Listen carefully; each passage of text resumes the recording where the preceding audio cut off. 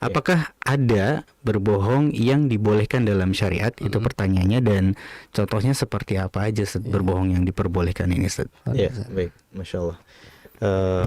Berkaitan dengan itu makanya tadi Ana sudah bilang ya bahwa hal itu perlu kita perinci agar tidak disalahgunakan.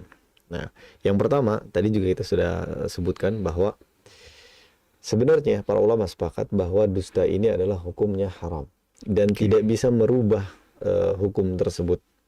Artinya sudah dari sananya dikatakan haram ya, dengan berbagai macam dalil yang tadi sudah kita sebutkan, maka tidak berubah. Tapi ada pengecualian ternyata di sini ya.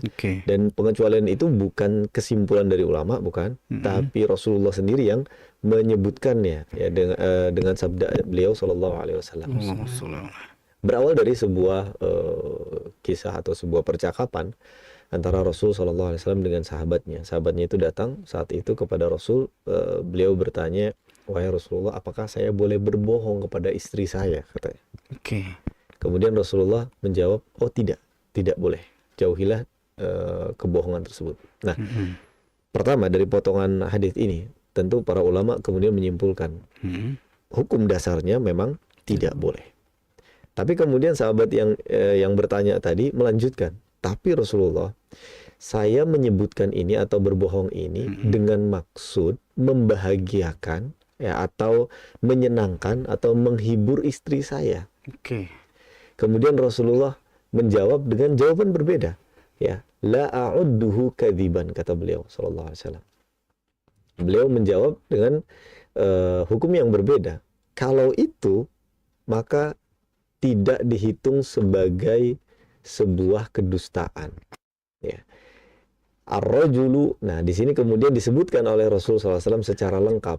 Ar-rajulu yuslihu bainan nas. Pertama adalah seseorang yang mendamaikan. Jadi seseorang berbohong ya, dalam tanda kutip untuk mendamaikan antar manusia. Ada islah di sana antara manusia yang sedang bertikai, bertengkar dan segala macamnya ya. Untuk mendamaikan mereka, ada perkataan yang di sana mengandung unsur sebuah kebohongan. Sekali lagi tadi di awal Rasulullah mengatakan la a'udduhu kadziban. Aku tidak menghitungnya sebagai kebohongan. Ya. Jadi Rasulullah ini, sebelum kita lanjut ya, Rasulullah ini tadi yang disebutkan Aksafid ya, Masya Allah, beliau itu begitu cerdasnya ketika menjawab pertanyaan. Ya, beliau ini tidak hanya menjawab satu pertanyaan yang artinya pertanyaan simpel kemudian dijawab dengan simpel juga. Terkadang Rasulullah menjawabnya justru menyeluruh ya, dari berbagai sisi dan kemungkinan terjadinya. Ya. Karena sebenarnya ya Rasulullah itu tidak akan berkata, ya tidak akan berucap kecuali itu adalah wahyu dari Allah SWT. Dan Allah tentunya tahu, istilahnya timeline dari kehidupan kita ini, beliau Allah SWT mengetahuinya, sehingga Allah menyampaikan kepada Rasulullah SAW dalam masalah-masalah seperti ini yang ada kemungkinan terjadinya juga dan ada kaitannya. Jadi bukan hanya satu poin, bahkan kemudian dijelaskan banyak poin yang bisa kita ambil di situ. Ya. Jadi dari pertanyaan tadi kemudian berbuah jawaban Rasulullah SAW. Yang pertama adalah ar-rajul, seseorang yang mendamaikan ya antar manusia. Kemudian yang kedua, yaqul al-qaul wala yuridu bihi illa al-islah. Ya. Dan perkataan itu tidaklah ia ucapkan kecuali tujuannya adalah untuk islah, untuk perdamaian. Yang kedua adalah warrajulu yaqul fil harbi warrajulu yuhadditsu imra'atahu wal mar'ah tuhadditsu zawjaha. Yang kedua adalah dalam hal peperangan. Nah, ini contohnya yang tadi disebutkan oleh Syafid. Ya. Rasulullah mengatakan aku tidak melihat ya, seperti itu. Ini adalah di antara strategi perang atau dalam keadaan berperang ya. Jadi tidak dianggap sebagai sebuah kedustaan karena ini adalah sebuah strategi. Ya. Kalau misalnya kita jujur sama misalnya ya dalam keadaan perang, kita jujur sama musuh, ya jelas kalah nanti. Habis ya kan? Nah, jadi ini tidak termasuk sebuah kebohongan karena Oke. masuknya dalam strategi ya, strategi perang atau yang semacamnya. Jadi dalam keadaan-keadaan seperti ini. Dan yang ketiga, nah ini barangkali yang agak kita panjangkan lagi karena memang banyak istilahnya relate ya dengan kehidupan kita. Kalau perang mungkin alhamdulillah kita jauh ya kan. Islah bainan nas, apa namanya, mendamaikan manusia juga ya kadang iya tapi kadang enggak. Tapi kalau yang ketiga ini kayaknya banyak. Apa tuh Ustaz? Yaitu seorang suami Oke. ya, yang berkata kepada istrinya Oke. dan istri berkata kepada suaminya.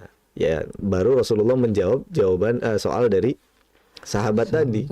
Gimana nih kalau misalkan saya itu tujuannya menyenangkan hati istri. Menyenangkan hati itu gimana? Menghibur Oke. atau memuji atau bahkan istilahnya hanya sekedar bahasa kitanya apa, menggombal ya. Oke. Tapi tujuannya adalah untuk menjadikan pasangan kita harmonis. Contohnya gimana? Contohnya biar kita nggak salah paham ya. Iya, menarik nih, Jangan menarik. sampai Kayaknya di rumah nih. jangan sampai salah paham. Contohnya adalah kita mengatakan kepada istri, Mm-mm.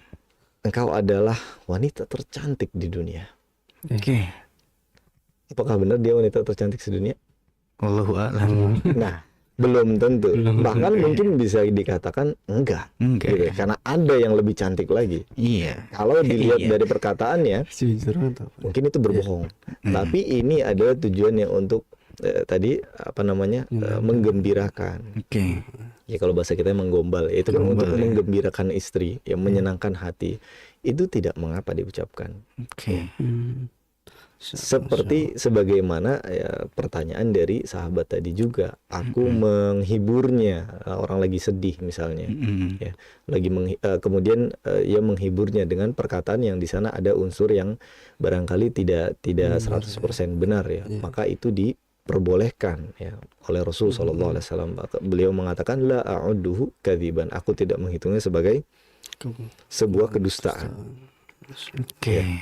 Baik. Nah, kemudian ya tadi tapi kita harus garis bawahi lagi bahwa hukum berbohong itu tetap hukum asalnya, namun pengecualian ini adalah pengecualian, ada 3 pengecualian yang disampaikan oleh Rasulullah Shallallahu Alaihi Wasallam. Nah, kemudian kita lanjutkan di sini ada keterangan tambahan dari Imam An-Nawawi ya, rahimahullah taala. Beliau menjelaskan tentang hadis ini. Adapun dusta dan bohong kepada sang istri yang dimaksud adalah untuk menampakkan besarnya rasa cinta, nah, termasuk ya tadi memuji, ya, menampakkan rasa cinta kita, atau janji yang tidak mengikat.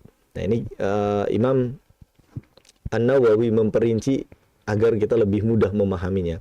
Yang kedua adalah janji yang tidak mengikat. Maksudnya gimana janji yang tidak mengikat itu? Artinya ya yang bisa jadi juga itu nanti tidak kita lakukan. Contoh misalnya, ya, Contohnya gimana?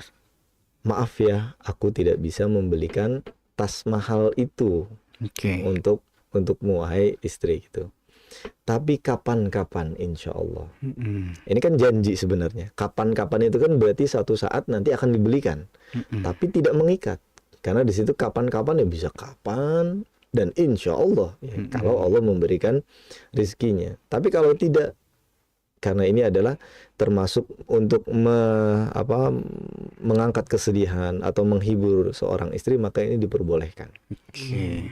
Sekali lagi janji yang tidak mengikat ya. Ini nggak ada ikatan. Wah harus ini, tidak seperti ketika dia memberikan syarat sebelum menikah itu harus diselesaikan. Tapi kalau insya Allah kapan-kapan kita jalan-jalan, dan kapan-kapan nanti kita beli, ya itu kan. Kapan? Dan ternyata memang faktanya nih, boleh antum yang sudah menikah juga pasti merasakan. Perempuan itu memang senang ketika kita puji, ya, kita berikan apresiasi. Oke. Kita berikan seperti tadi, insya Allah nanti kita ke sana ya. Hanya sekedar omongan dia sudah Percaya. bukan sudah percaya, sudah senang. Sudah senang. Apalagi kalau kita tunaikan. Tapi kata Imam An-Nawawi ini adalah satu janji yang tidak terikat ya. Insya Allah. Nah, adapun berbohong menipu, nah ini dia. Berbohong yang menipu dalam rangka menahan atau tidak menunaikan apa yang menjadi kewajiban suami kepada istrinya, atau mengambil sesuatu yang bukan menjadi hak suaminya, ya maka ini haram hukumnya berdasarkan ijma' ulama.